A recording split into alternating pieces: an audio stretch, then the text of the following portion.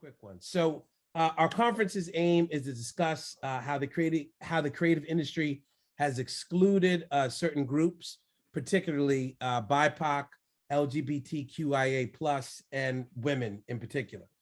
And we all want to work to get them, that collective, a seat at the table. So the question is, how have you seen the industry shift from a time when these ideas were never really discussed to now when they are much more top of mind? Well, you know, I'd start with a recent example about how the industry has changed. And if you watch Jeopardy and you've been watching the last 40 episodes, a trans woman has been the champion for 40 weeks. And I think that has really made an impact on the television world. I think it's an amazing thing. It's something we never would have seen in the 60s, in the 70s, in the 80s, in the 90s. And now finally this breakthrough in the 2020s of really feeling like, well, maybe it's possible for everybody to get a seat at the table. And I think that, you know, right now there's a lot of energy and acknowledgement of a system that has been broken for way too long. And, you know, there were policies and administration in place, people called the vice president of diversity at various networks, but there really was nothing being done. And I'm hearing now that it's not just optional whether or not you want to run a company that's diverse. It's required. I spoke to a writer, and he was telling me that it was basically handed down from the top of the company that the writing staff had to be 60-40. 60% could be white and then 40% the other. Now, things like that are necessary because things have been out of whack for so long that you need to get specific. But I do get concerned about the creative process with this. I think it's something that we all have to be sensitive to, is while we want as many voices as possible, we always want the right voices at the table, the best voices, the most competent voices. So those two things should not be mutually exclusive of each other for any reason. But you can understand it's kind of a pressure cooker now, and everybody's adapting and figuring out how to make things change, how to make things work the best. But it's something that actually feels like it has momentum and movement now, where I have never felt that before about the film and television industry. It was all very superficial, but I think now things are really moving. That's great. That's a perfect segue to my next thought. But so what is it that you're interesting, so in making those decisions, because someone like you with your, you know, track record, gravitas, power, influence, right? You're the one who's going to make those decisions, the 60-40 and oftentimes hiring, you know, the actual hiring decision. So, you know, what can you do, you know, as a veteran to ensure that in the boardrooms, in the writing rooms, you know, on set, that, you know, we're getting everyone at a seat at the table. I'm just thinking about, so what you know, what are you doing, or what could you do, you know, to use your influence to help address this issue in as granular as you care? Well, I think there's a lot of things that I do, and hopefully, you know, I'm doing them, not talking about the possibility of doing them, but one of them is recognizing that part of diversity is that, you know, being shut out of a seat at the table is one aspect of it.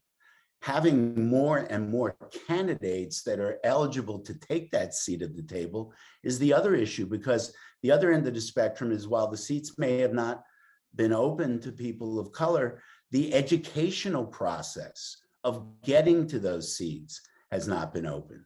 So that is the most important beginning of creating a pipeline of fantastic talent coming into the industry. And my role, what I see is furthering that, is being a mentor, is making myself available to give people advice, to try to overcome the barriers that have been in place for so long. And I think now, it's kind of an interesting, there's so much momentum behind diversity in Los Angeles. I think, you see a bunch of agents out there now. How can I find people, diverse talent? I'm looking for people now. So, I think, from an Emerson standpoint and from a personal standpoint, I'm very committed to making sure that pool is nice and full and has incredible candidates that have all of the advantages that have been given to other students coming out of the college before. Oh, that's great. Perfect. All the stuff that we've been talking about. So I'm going to, Valeria's going to ask the last question. So I will toss it to our executive producer, Valeria.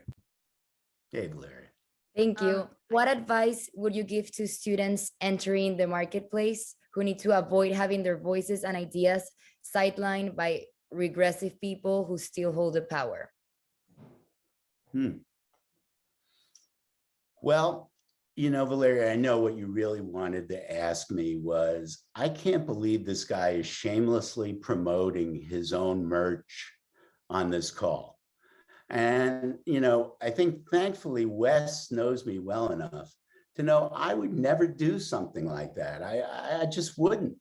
So, it kind of leads into the answer to this question, which is, you've got to be bold. You've got to make your voice stand out. You have to be unique. You have to think about using all of the tools at your disposal to make your voice heard.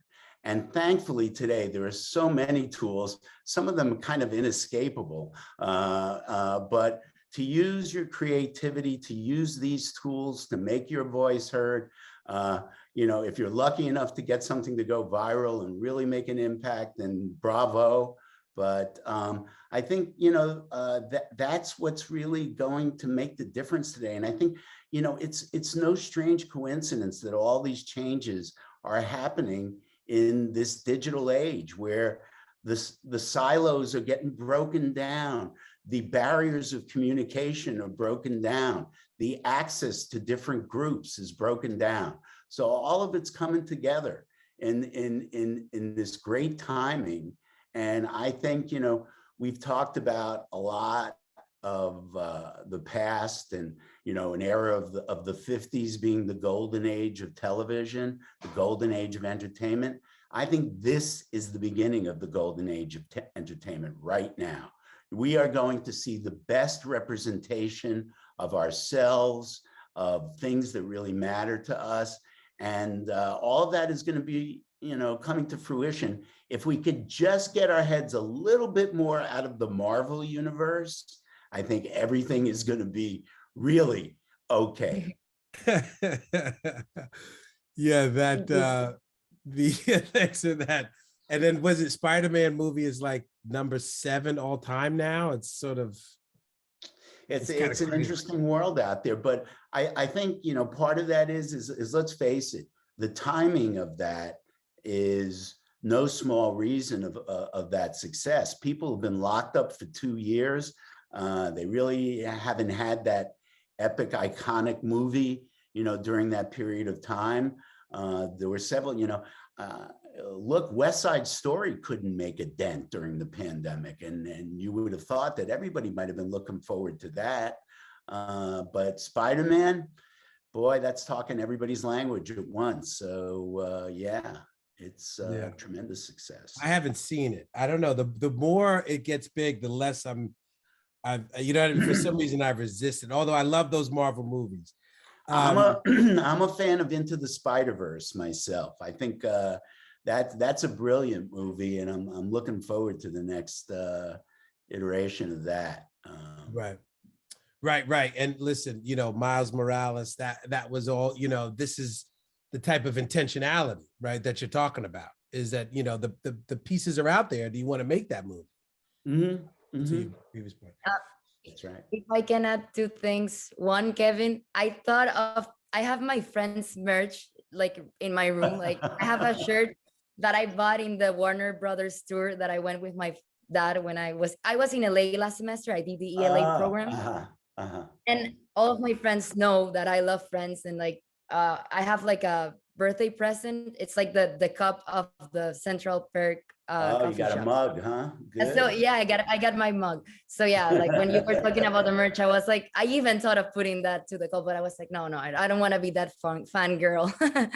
And the second thing that I was going to add to what you said, to like the answer to my question, is that those words were really powerful. And like I truly think, and I always say that to like one of my like friends when they're like, oh, I don't know if I can get this job or whatever. It's like, whatever you feel it's going to limit you for getting that job, it's truly what sets you apart from like the common, and what makes you more competitive. And you need to take that, like that makes you unique to like stand out. So yeah, thank you for those words, because they were really powerful and inspiring. And remember, you may not get noticed the first time. That doesn't mean what you did. There's a great movie now out, Tick, Tick, Boom. And if you haven't seen that yet, it's very inspirational, because it really says in a big way, it may take years, but never give up on your dream. If you think you've got a great idea, just because one person says no to you, that's no reason to abandon it. You just got to keep going. And eventually, like that movie, hopefully it'll work out in an amazing way. Well, thank you so much. And thanks for taking the time, Kevin. We wish we could have had you in person, but these are the gems we were hoping for. Well, good. Well, my fellow Emersonians, good luck, and whatever you're doing, listen to Wes. He's going to take it there. All right.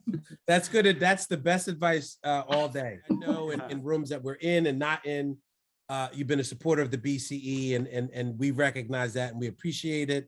And as we try to build this pipeline, we look forward to work with you, more and more. All right. I've got lots of pipe. Just give me a crew, okay? And we'll get it done.